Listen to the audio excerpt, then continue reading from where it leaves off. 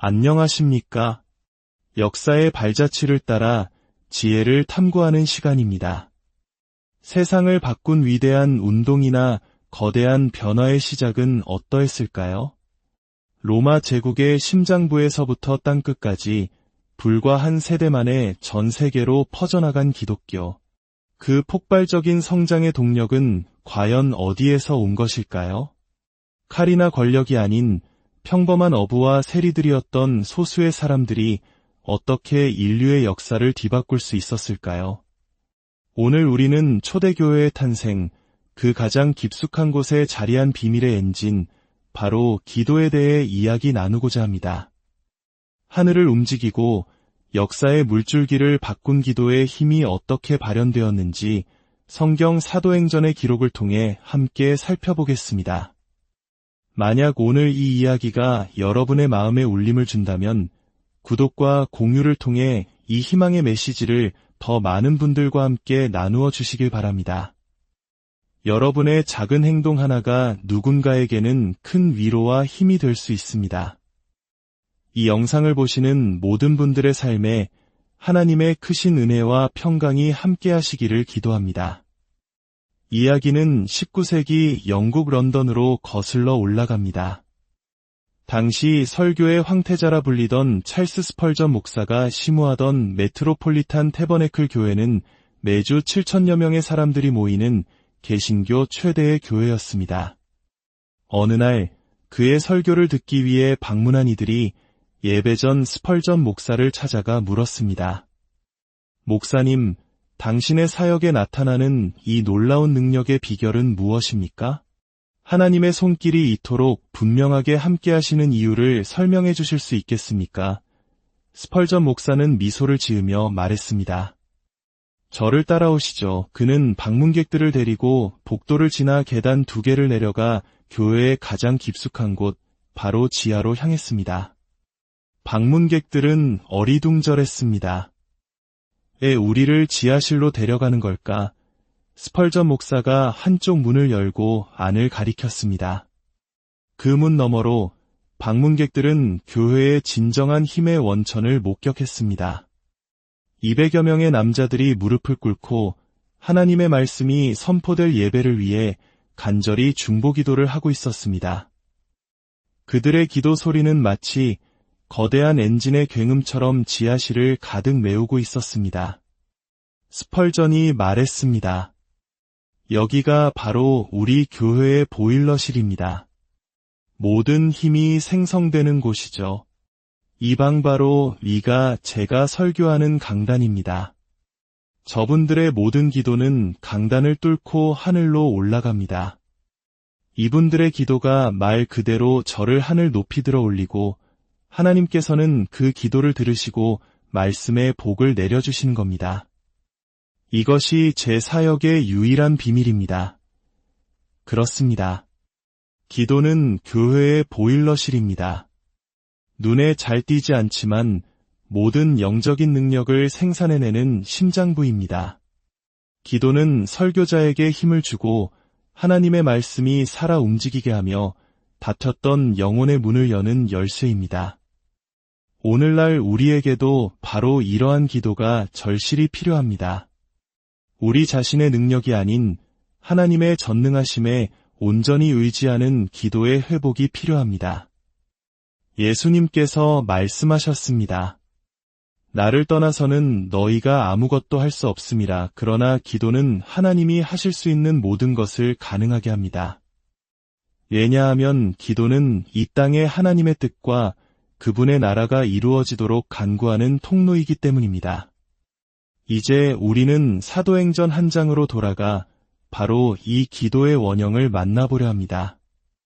부흥의 서막을 열었던 초대교회의 기도는 어떤 모습이었을까요? 첫째, 기도의 우선순위입니다. 초대교회의 첫 번째 공식적인 활동은 다름 아닌 기도 모임이었습니다. 교회는 문자 그대로 기도회 안에서 태어났습니다. 그들에게 기도는 다른 모든 방법이 실패했을 때 찾는 마지막 수단이 아니었습니다. 기도는 그들의 첫 번째 의무이자 가장 중요한 행동이었습니다.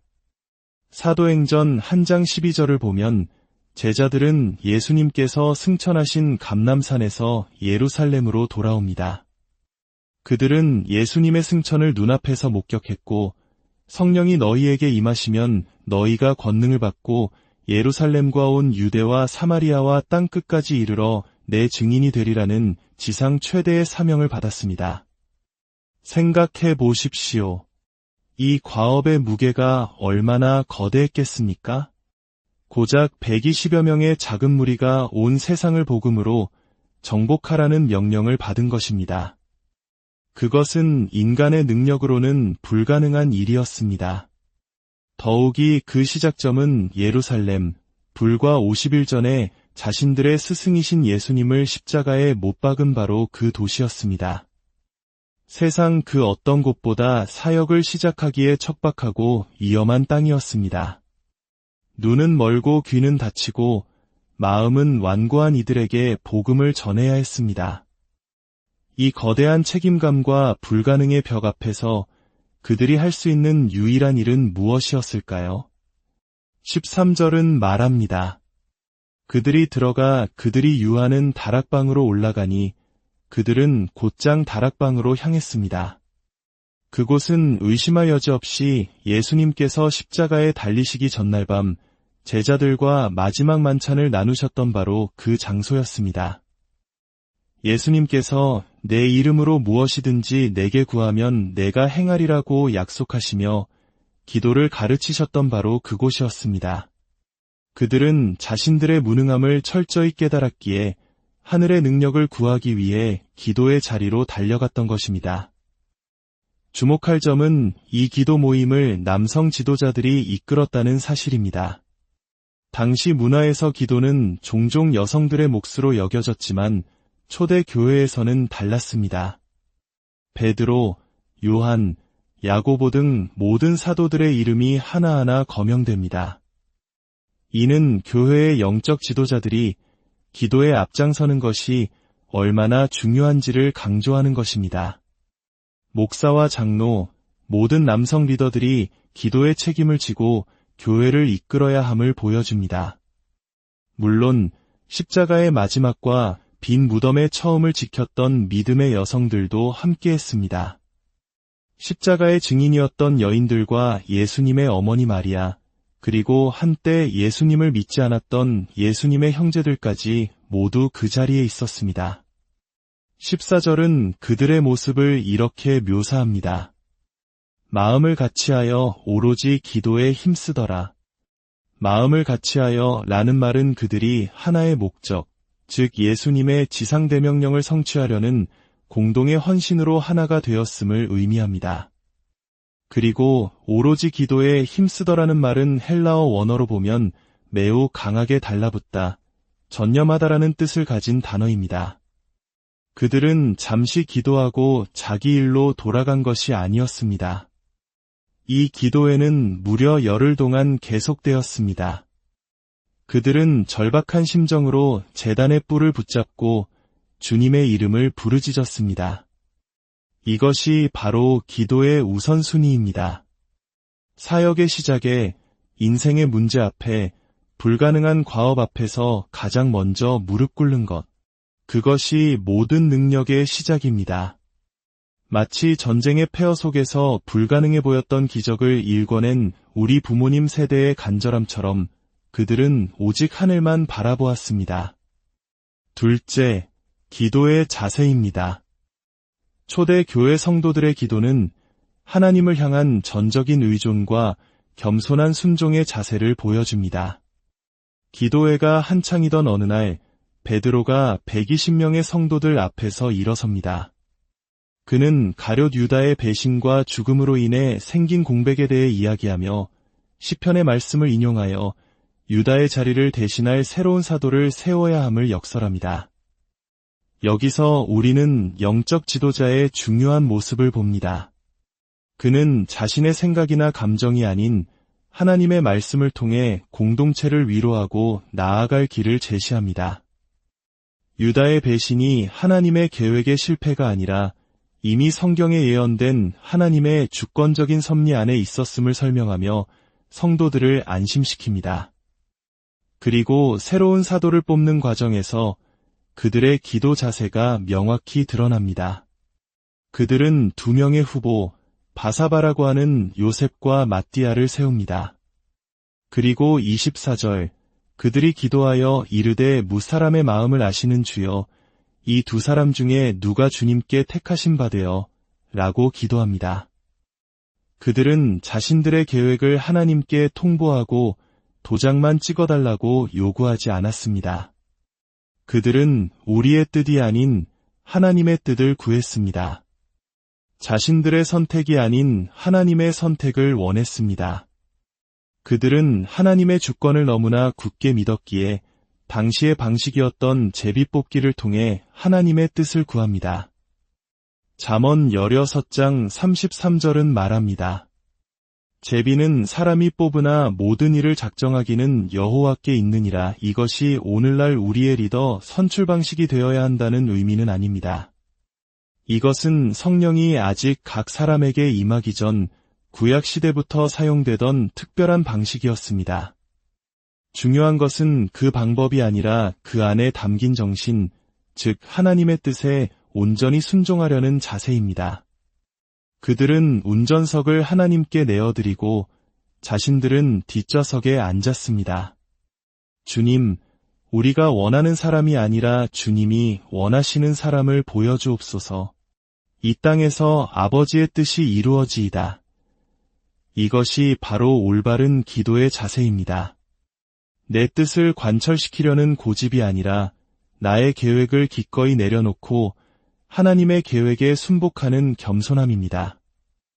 예수님께서 겟세마네 동산에서 나의 원대로 마옵시고 아버지의 원대로 하옵소서라고 기도하셨던 것처럼 우리 역시 하나님의 크신 손 아래 자신을 낮추고 그분의 뜻을 구해야 합니다. 마지막으로 기도의 능력입니다. 그 열흘간의 간절한 기도에는 어떤 결과를 낳았을까요? 하늘의 문을 두드렸던 그들의 부르짖음은 과연 응답받았을까요? 사도행전 2장 1절은 그 답을 보여줍니다. 오순절 날이 이미 이름에 그들이 다같이 한 곳에 모였더니 하나님의 때가 찼을 때 그 완벽한 순간에 응답이 임했습니다. 하나님의 지연은 거절이 아니었습니다. 그들은 여전히 한 마음으로 기도하고 있었습니다. 하나님께서 축복하실 때까지 놓지 않겠다는 야곱과 같은 씨름이었습니다. 그리고 2절, 호련히 하늘로부터 급하고 강한 바람 같은 소리가 있어 그들이 앉은 집에 가득하며 갑자기 눈 깜짝할 사이에 하늘로부터 응답이 쏟아졌습니다. 그것은 실제 바람이 아니었지만 마치 허리케인이나 토네이도가 다락방을 휩쓰는 듯한 거대한 기차가 방을 관통하는 듯한 엄청난 소리였습니다. 바로 성령 하나님의 강림이었습니다. 예수님께서는 성령의 사역을 바람에 비유하셨습니다. 바람은 보이지 않지만 그 힘을 느낄 수 있듯이 성령님은 눈에 보이지 않지만 우리 삶에 강력하게 역사하십니다. 바람은 누구도 통제할 수 없고 자신의 뜻대로 불듯이 성령님은 주권적으로 역사하십니다. 바람은 그 어떤 것도 막을 수 없이 전진하듯이 성령의 능력은 모든 장애물을 이겨냅니다. 그리고 불의 혀처럼 갈라지는 것들이 각 사람 위에 임했습니다. 이것은 그들 각자에게 임한 성령의 권능의 표시였습니다. 이 능력은 그들의 삶을 완전히 바꾸어 놓았습니다. 불과 50일 전 어린 소녀 앞에서 예수님을 3번이나 부인했던 베드로는 이제 수천 명 앞에서 담대하게 복음을 선포하는 설교자로 변화되었습니다. 무엇이 그를 바꾼 것이 아니라 누가 그의 안에 들어오셨기 때문입니다. 바로 성령의 능력이었습니다. 이 능력은 베드로에게만 임한 것이 아니었습니다.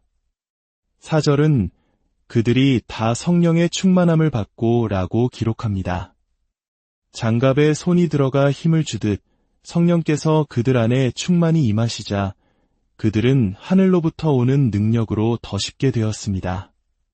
그들은 더 이상 자기 자신이 아니었습니다. 성령의 영향력 아래 하나님의 능력으로 충만해진 새로운 존재가 된 것입니다. 이것이 바로 기도의 결과입니다.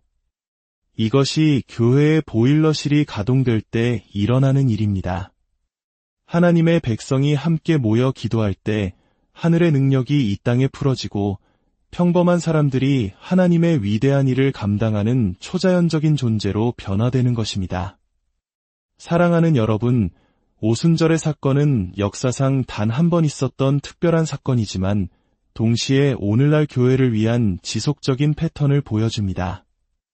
하나님께서 어떻게 당신의 백성에게 초자연적인 능력을 공급하시는지 보여주는 모델입니다. 우리의 삶과 교회에도 이 보일러실이 다시 뜨겁게 가동되어야 합니다. 다른 모임은 놓치더라도 기도 모임만큼은 놓치지 마십시오. 바로 그곳에서 하늘의 능력이 교회에 부어지기 때문입니다. 하나님을 향한 전적인 의존으로 함께 모여 하늘을 향해 부르짖을 때 하나님은 우리가 구하거나 생각하는 모든 것에 더 넘치도록 능히 하실 것입니다. 하나님께 영광이 되고 예수 그리스도의 이름을 높이는 것을 위해 기도하십시오. 하나님의 교회가 확장되고 복음이 능력 있게 전파되도록 기도하십시오. 하나님은 오늘 밤에도 당신의 이름을 부르며 간구할 교회를 찾고 계십니다. 그 교회 위에, 그 성도들 위에 성령의 능력을 부어주시기를 원하십니다. 하나님께서 우리를 사랑하는 자들을 위하여 예비하신 모든 것은 눈으로 보지 못하고 귀로 듣지 못하고 사람의 마음으로 생각하지도 못하였다 함과 같습니다. 우리가 겸손히 무릎 꿇고 기도할 때 하나님은 우리를 그분의 위대한 목적을 이루는 통로로 사용하실 것입니다. 하늘에 계신 우리 아버지, 오늘 이 말씀을 통해 기도의 중요성을 다시 한번 깨닫게 하시니 감사합니다. 이 자리에 함께한 모든 형제자매님들을 축복하여 주옵소서. 각자의 삶의 자리에서, 가정에서, 교회에서 기도의 불길이 다시 타오르게 하옵소서. 우리가 마주한 어려움과 불가능해 보이는 문제들 앞에서 인간적인 방법을 찾기보다 가장 먼저 무릎 꿇고 하늘의 지혜와 능력을 구하게 하옵소서. 초대 교회가 경험했던 성령의 강력한 임재와 능력이 오늘 우리 각 사람과 한국 교회 위에 다시 한번 부어지기를 간절히 소망합니다. 우리의 기도를 통해 하나님의 영광이 드러나고 예수 그리스도의 이름만이 높임을 받으시옵소서. 이 모든 말씀 우리 주 예수 그리스도의 이름으로 기도드립니다.